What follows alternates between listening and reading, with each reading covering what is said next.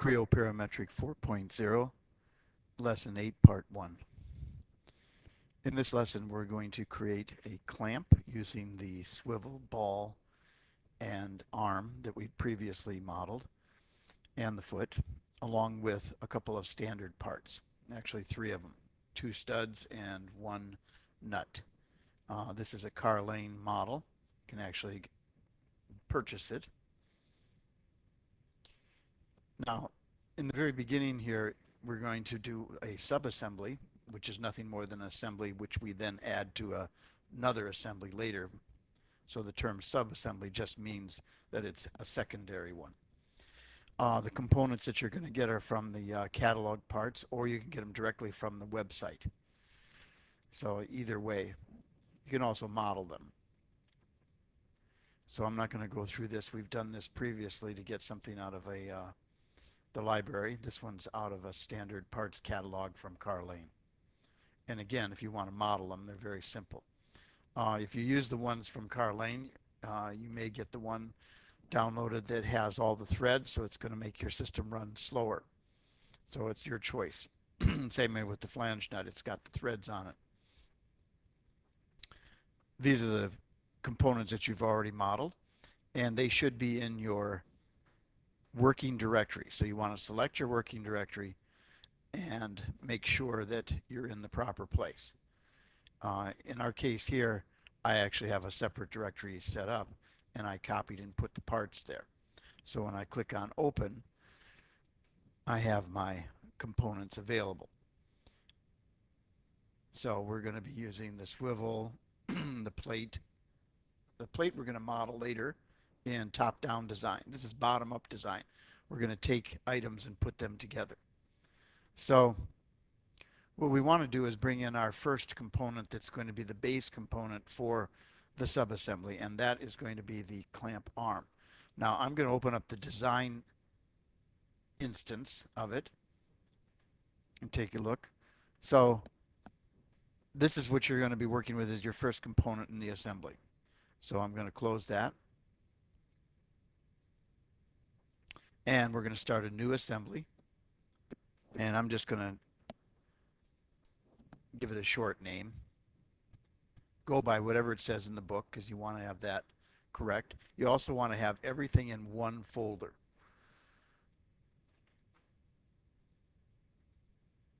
And from the previous session, I had this as trimetric and I changed it to isometric. So I'm just going to rotate it a little bit.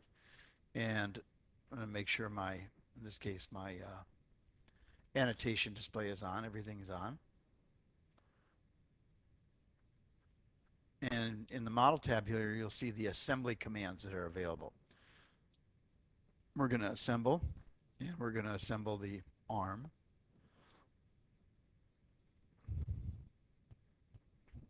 And all of the dimensions are going to come in because that's the way we left it when we displayed it as annotations on the model. So I'm going to turn those off. And I also have this small window up, which I don't need at this time. So there's my first component in the assembly. It goes into a position which the system thinks is correct. We are going to go to the default constraint, which is coordinate system to coordinate system. So it's going to place the two coordinate systems on top of each other. Click on placement tab so that you can see this. You can find this here for default. You can find these here. And I'm going to check. And that's my first component. Now, I am going to go to my model tree. This is important. You want to see your placement folder, and I will turn on features and annotations. I'm going to turn everything on for now. May not want it all, but I'll leave it on for now.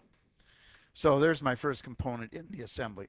If I look over here, I'll see that these are my features of the assembly, datum planes, and we have the features of the first component, which I will collapse. We don't really need to see them right now.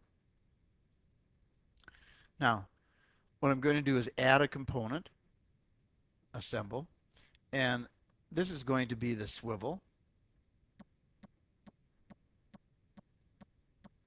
and it's going to place it on the screen somewhere. And if I want to, I can go and shut off all the datum features, but it's not going to touch, it's not going to turn off the datum features. I'm sorry, the datum features are going to remain. It's going to get rid of the datum planes and other things that are not set. So anything that was set in datum A, B, and C is not going to be hidden. So I accidentally clicked enter and ended it. So I'm going to go back, and it's basically just floating there right now. It has no constraints to it. So I'll go back in, and I'm just going to go where we're supposed to be, which is putting this shaft inside of the hole here. So I'm going to select the surface and select the other surface, and it'll pop inside. That's my first constraint. So I want to pull that out.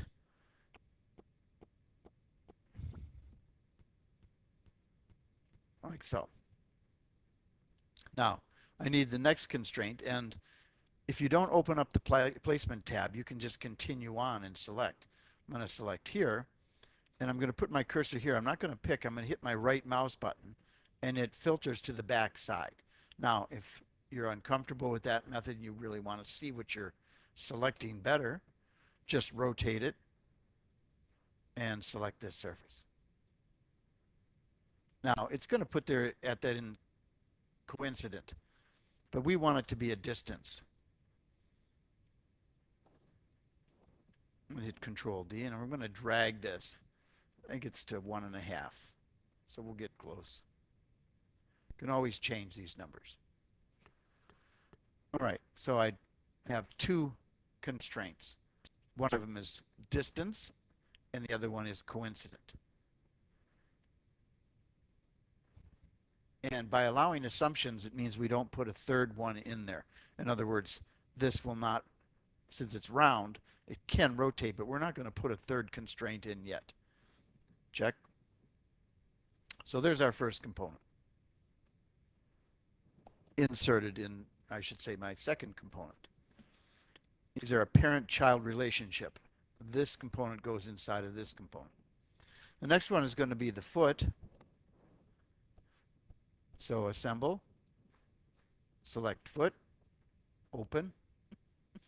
And in this case, you can see that it's way down here, and I can move it, I can move it individually. There's a lot of things I can do.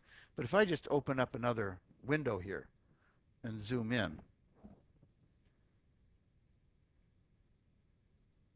and move this over, and I think I will zoom into the end here. So now when I select my constraints, I'm going to come in here and select the inner surface ball of the ball and the ball here. And it says coincident, and I want to make this centered instead. So that's my first constraint. My second constraint, I'm going to select this surface. I could have done it over here. And I normally don't turn it, but in order to show you, I will. This surface. Now, it's going to say that's not correct. It's invalid because it's already centered, so it can't be coincident. It'll stop it. The two balls, the ball that's inserted into that spherical hole. So if I go over here, all I really want to say is this is parallel. If I don't do this, I could actually rotate this all around.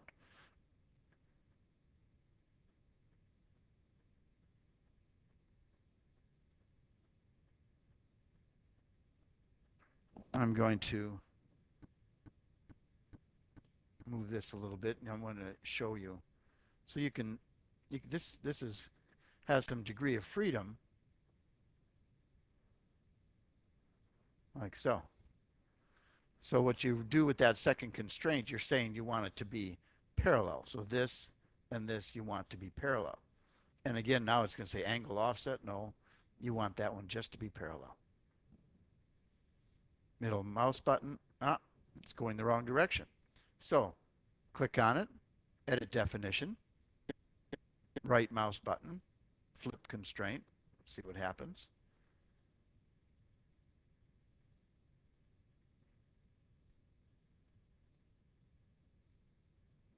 So it's facing the proper way, check. And that's my second component. My third component is going to be the longer of the two studs. So we have a short stud and we have a longer stud. Make sure you pick the proper one.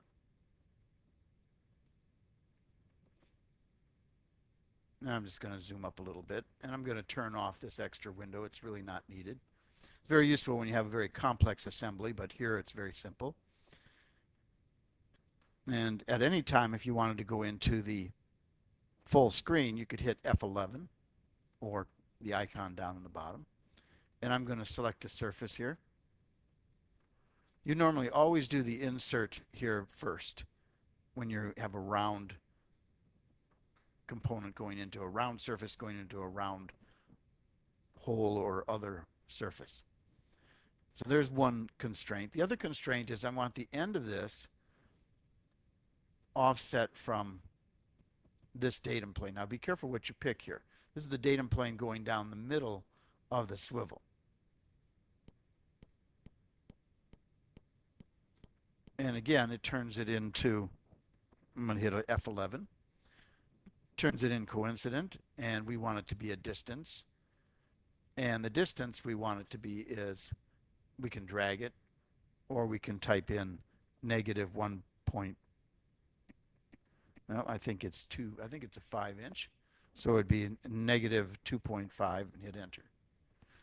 Went the other way.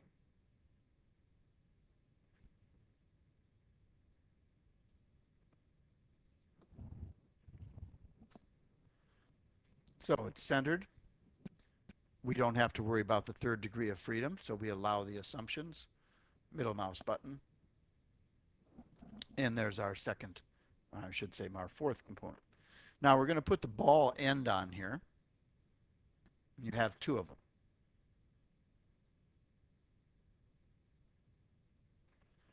So assemble the clamp ball.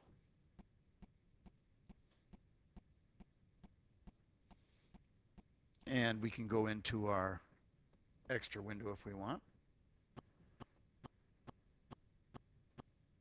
And we're going to select the surface for the hole and also for the stud. And you say, where is it? Well, it went on the other side. It's no big. We're working on, no big deal. We're working on this side, so let's just leave it there. Not get worried about it. And I'm going to select this surface here. And this surface here.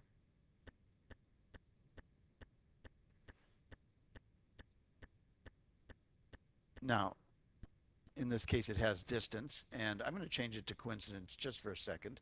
Show you it pops to the other side. And then if I do want some distance to it, and the reason for that is I want to back it off. I should say I want to insert it in there so far. So I'm going to go over to my view here and put on no hidden line. And I think front will do. So we can see where it is. You can see the component here for the shaft here is the stud is up right against here, but we want it to go inside a little bit. So the distance, let's say, is 0.5. See what happens. So it went the wrong direction.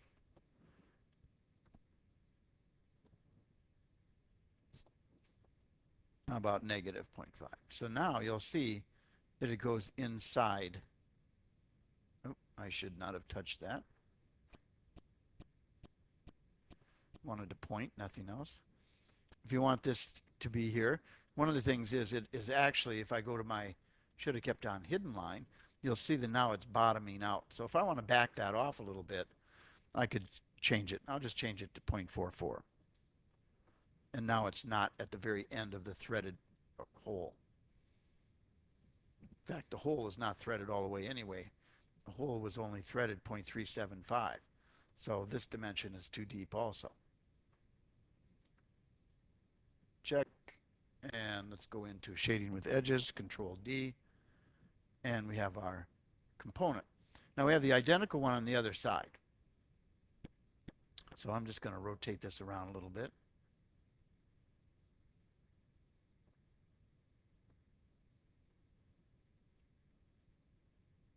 So we're going to select that ball and use our keyboard, Control C, Control V,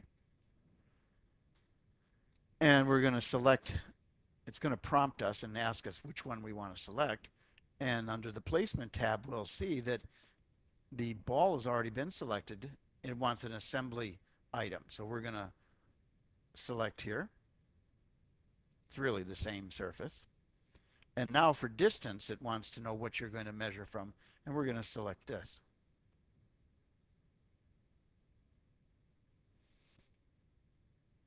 And we'll flip it.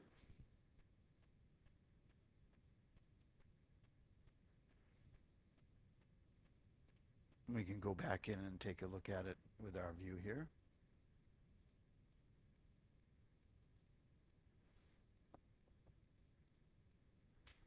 And also with our hidden line. And we can see where it's going to.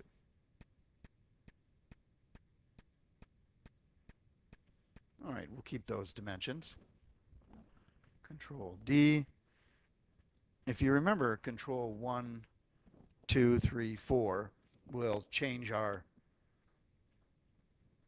shading on it instead of having to go up here and change the display style with the graphics toolbar. Okay, so we have the assembly done. One of the things we want to do is check and see what dimensions are available. So if I double click here on the shaft, you'll see one dimension comes up. And it's supposed to be 1.5, in other words, the distance. Now, left mouse button a couple of times. So now it's the proper distance away, 1.5. But let's say I want to be able to rotate this. Let's click on the swivel. Select Edit Definition. And we are going to add a new constraint. And if you open up the placement tab, you'll see this happening. So we want to select our datum that goes down the middle of the swivel, and also the one that goes down the middle of the arm. Now it's going to come back and say it's normal, 90 degrees. We want to change that to offset. Angle offset, and let's just put in 45 and see what happens.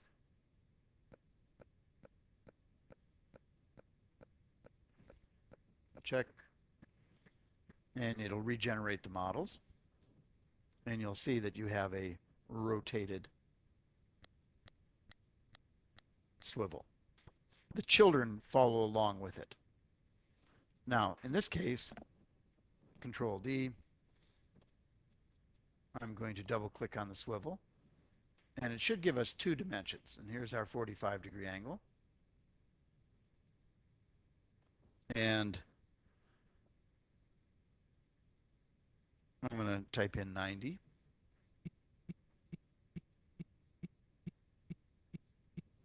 And I have to regenerate. So it's back where it was. Next, we're going to see one of the commands that allows us to get some information off of it. We go to Analysis.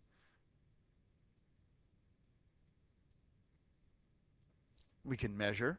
We've done that before. Under Tools, we can get the bill of material. And the bill of material, you can do the top level or a subassembly. We only have one assembly here, so we leave it like it is, and it'll give us a list of the components. If we click on them here, they will highlight on the model. Now, under View, let's go and create a section.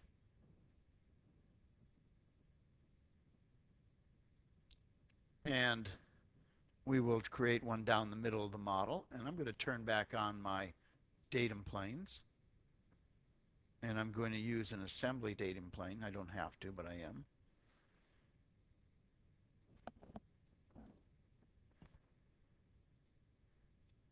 It's working slow. And let's see where I want to go. I want to go down the middle. So here's a datum plane, and this is the assembly datum plane for the full assembly. And I cut through it. And again, let's turn off the datum plane so we don't have to look at them. And there's our section. Now, let's put our section lining in there, and let's go to another color just so that we can see it better. Section lining, and you can turn on your section window if you wish also. And this little window here, let's rotate it a little bit like so.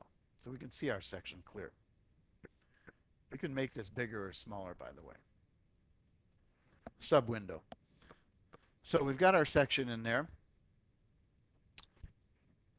I'm going to leave it activated and selected. So over here, I'm going to click on it in the model tree and right mouse button and click edit. And it's going to open up a little dialog here, and it's going to say select the item. So let's select the stud.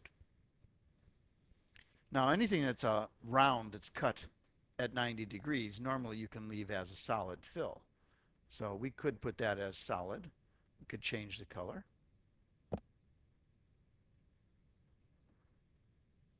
And apply. Now the next one, let's just do the arm. And we want to use it from the library here. So I'll go down and let's say we just want to use the iron. That's the standard default usually because it has the even spacing. And let's change the color on that just so that we can see it. And I don't see the color change. Got to apply it. Sorry. Let's forget that. And that's the section lining. Let's say we wanted to change the angle or how close they are together. We can do that. We want to move the section lines apart. And if we want to change the angle, we can do that here. So it runs at a different angle than the component that's next to it. I don't know why I'm not getting this to change. It should be. Huh, it's interesting.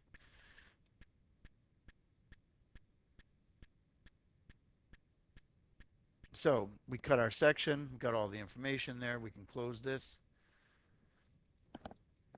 Control D. We've got our swivel. Now if I want to go and click on the swivel again, well, let's do this. Let's just double click on the swivel. See what happens. We've got our angle here again. And let's type in 45.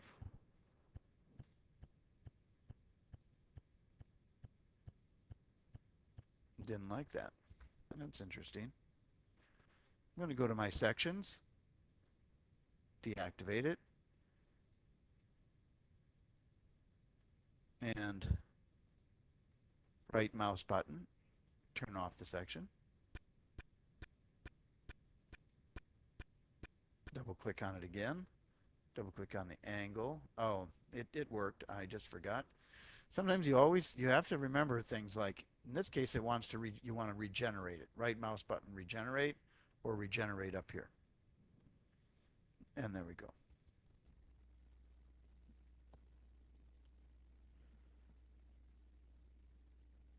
Now make sure you return this to its 90-degree position because you want to be able to have that ready for the next portion of the lesson. Mine's running awfully slow. So return it to the angle that you want it to be. This one returned it all the way. It's working so slow I hit it twice, and you can see what happened now. I actually didn't think it would undo the activation of the actual section. I thought that's interesting.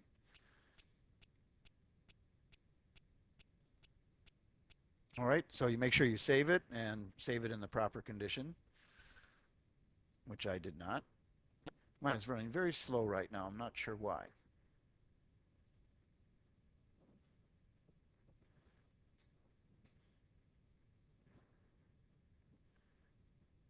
Click on model and make sure you save this in your proper directory. This is the first part of lesson 8.